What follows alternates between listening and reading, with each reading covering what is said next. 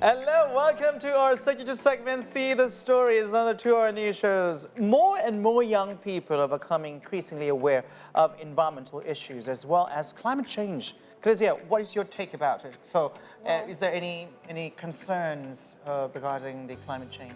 Well, I always admire people who shows a very, a great concern regarding this matter. Actually, my cousin, she focuses on this. I mean, she works in this field, so I get to learn so much about it through her. So it's a good thing. What about you? Well, for me, probably just the max is not using plastics and stuff, right? So not single-use plastic. And Start simple. That's right. And since we are on the subject, let's delve deeper into it. A landmark study published in The Lancet in 2021 shows that to what extent climate fear has taken hold in younger generations. Almost 70% of the 10,000 16 to 25-year-olds surveyed in 10 countries said that they were either extremely worried or very worried about climate change. The figure was even higher on average in developing countries in the global south. In the Philippines, a high of 84% of youths were extremely or very worried, followed by 78% in India and 77% in Brazil. No wonder young people from across the world have demonstrated a great sense of awareness and willingness to act and ingenuity in developing solutions to the triple planetary crisis: biodiversity loss, climate change, and pollution. For example, through the organization of parallel events, interventions, and related actions, young people continue advocating for a more enabling environment for children and young people to access and contribute to decision-making processes.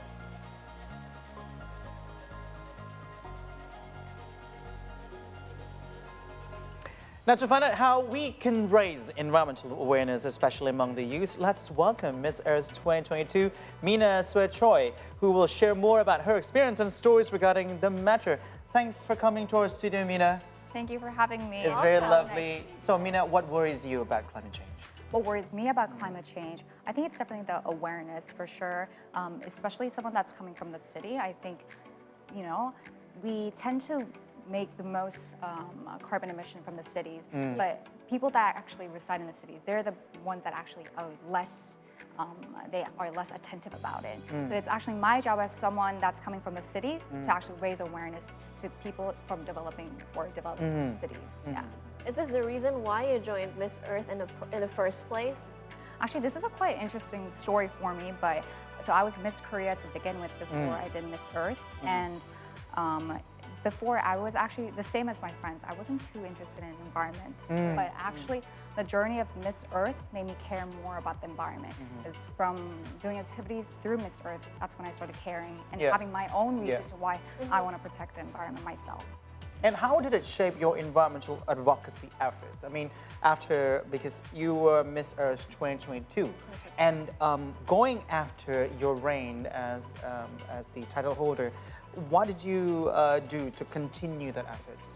So initially, considering it being a pageant, I did most of my activities in Southeast Asia. But after going back to Korea, I was like, what can I do? Because this is a legacy. And in a way, if you're crowned as a queen or you get selected from a competition, you have a sense of responsibility to carry on a legacy and a responsibility. Yes. So, after my reign, I was actually struggling so much. So I started reaching out to different, sectors and like organizations that I previously worked with from Miss Earth, and I was like, hey, can I do something with you guys? I want to use my platform. I don't know what to do about it. Like, can we do something together? So that's how I actually worked with some of the most renowned professors.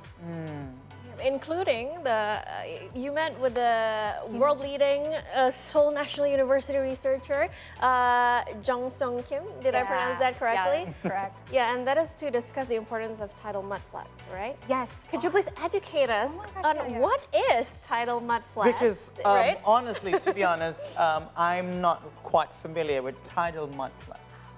Oh, I love that. Sorry. I'm so amazed. Okay, bring it on.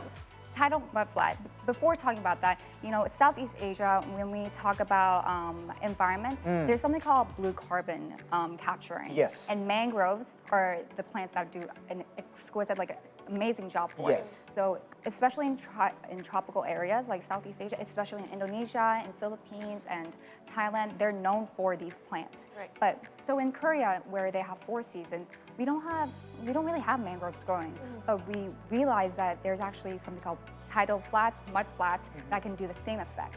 This is called blue carbon capturing. Blue carbon capturing. And right now, researchers are learning that they have the same effect as what a mangrove can do. So the professor Kim Jong-sung is actually putting in efforts to raise awareness on this, and he's talking to different environmental organizations and conventions. He's going there and saying that we have to make this official. That's part of the blue carbon ecosystem.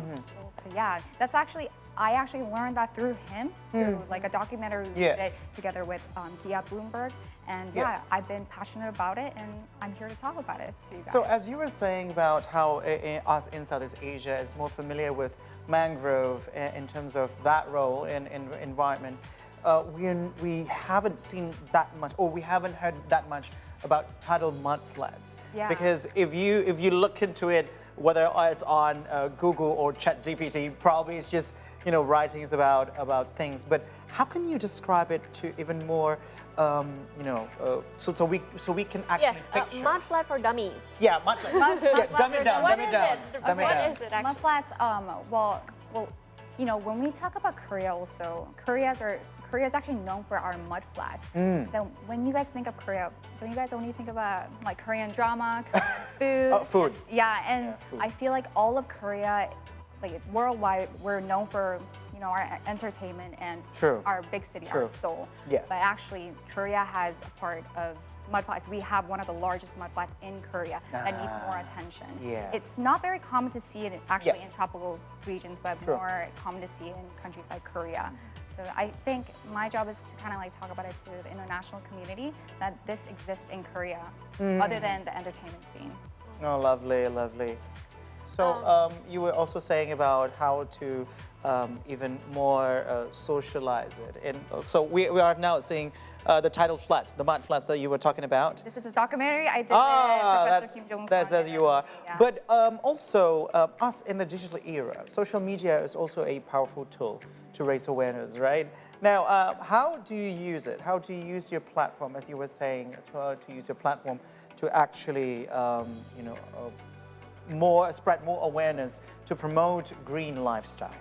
It's actually a digital generation, and I think, Miss Earth, we have a motto actually called Beauties for a Cause. We use our visual representation to actually send a really good message to the public. I see. But if I'm being really honest, I'm not very good with social media. I've been actually having a lot of trouble with it because before pageant, I was just simply a student, so I'm not the best as using my platform. It's definitely something I struggle with a lot in this day and age, especially use of social media can impact your mental well-being True. so much as well. So I think I'm still having this immense internal dilemma constantly with the use of social media and promoting a good message. Yeah, but I'm trying my best still. But is that too candid? Is that too honest? No, we love honesty. We love honesty. So in that sense, you are more into collaborating with people like Professor Kim Jong-sung to spread more awareness and make documentaries and more like that. Or in other words, she is more active on real life. On real life, in yes. digital world, right? Yes. Okay, now let's set the environmental issue aside. I want to talk about beauty, especially Oh my beauty God. standard, because as a beauty queen, we want to hear your take on this. Tell us more about the beauty standards in Korea. Because here in Indonesia, what considers beautiful is, fair skin. What else? Tall, Tall, long slim hair. body. Yeah, things like that. I recently just went to an aesthetics event here in Indonesia. But what I've actually learned is that the beauty standard is changing to the Korean beauty standard. Apparently, yes. And I think that's largely because of the Korean wave. True.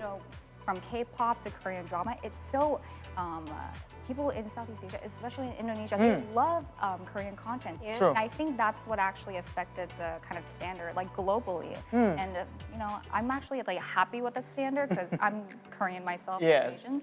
And you know, it's the idea of beauty standard is definitely shifting from Western to more Asian figure. True. And honestly, I feel kind of included, so I really like that. You feel But proud. how's it in Korea itself? In Korea, you know, I feel like a lot of the beauty standards are from the use of social media. In Korea, I'm sure you guys know, but everything's trending. Everything, Yeah. it's so competitive Yeah, in yeah. Korea.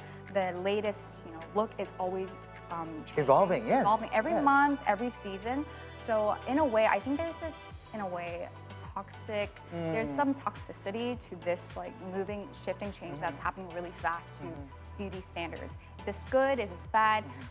I would say it's more on the bad side, especially with the, you know, with social media. Yeah. So is there any way to actually educate more about people's awareness on to refrain from that kind of toxicity? I think definitely limiting your time on social Oh, media that's is number right. one, which That's is why right. I mentioned Totally agree. earlier, you know, I'm Yeah. also very like more mindful about my usage of social media because when you are on it for hours, you keep True. comparing yourself to other Yes, people that are having girl. this amazing life. Brain rotting. Yeah. Okay, to wrap up this discussion, do you have anything to say to the youngsters out there who want to contribute to the environment but don't know where to start? I mean, I think it's really hard to, especially if you're coming from the city, you feel like you might not relate to like nature. You feel like it's kind of, you know, because there's some fervent, there's some like fiery, you know, activists out there. So you feel like your efforts don't count. But then at the end of the day, it's your own personal stories that relate to why you want to create, why you want to protect the environment. For me, I found my own, and I think it comes from your own like history, from your own authenticity, you know, your own like narratives. So having a personal reason, finding a personal reason to why you want to protect the environment, I think starting from there is like good. Ah, Yeah. perfect. Mina, thank you so much for inspiring Thank you us so today. much. Thank you so much for Thank having you. me. Terima kasih. Oh, Sama-sama. 감사합니다.